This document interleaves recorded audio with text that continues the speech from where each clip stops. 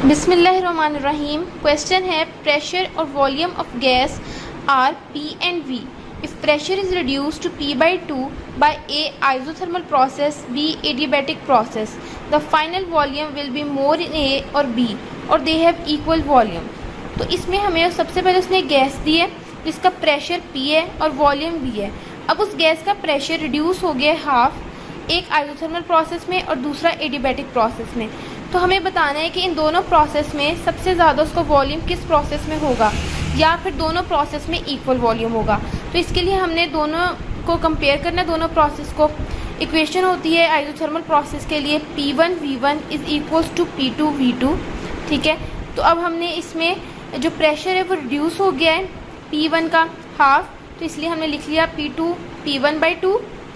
तो इसलिए फिर ये हमने इक्वेशन को थोड़ा रीअरेंज किया, तो ये P1/2 उधर जाके डिवाइड हो जाएगा, तो ये P1 से कैंसिल हो जाएगा, तो हमारे पास आ जाएगा V2 is equals to 2 into V1। ये हमारे लिए आइसोथर्मल प्रोसेस का आंसर आ गया फाइनल वॉल्यूम का। अब हमने यही चीज़ एडियाबैटिक प्रोसेस में करनी है।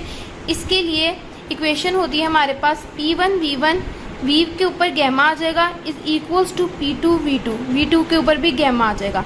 ये एडियाबैटिक प्रोसेस में इसी तरह होता है। ठीक है, उसके बाद हमने P2 की वैल्यू पुट करनी है P1/2। ठीक है, तो उसके बाद हमें इक्वेशन को थोड़ा रीअरेंज करना है, तो फिर से V2 gamma is equals to 2 into V1 gamma आ जाएगा। ठीक है, अब ये एक्सपोनेंट में हमारे पास गैमा है, तो इसको हमने कैंसिल करने के लिए वॉल्यूम के ऊपर से हमने इक्वेशन को डिवाइड कर दिया गैमा से एक्सपोनेंट में।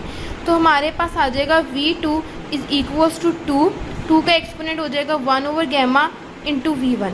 ठीक है, तो अब हम ये देखें कि जो 1 over गैमा होता है इसकी वैल्यू लेस देन 1 होती है, क्योंकि gamma is always greater than 1, तो 1 over gamma is always less than 1।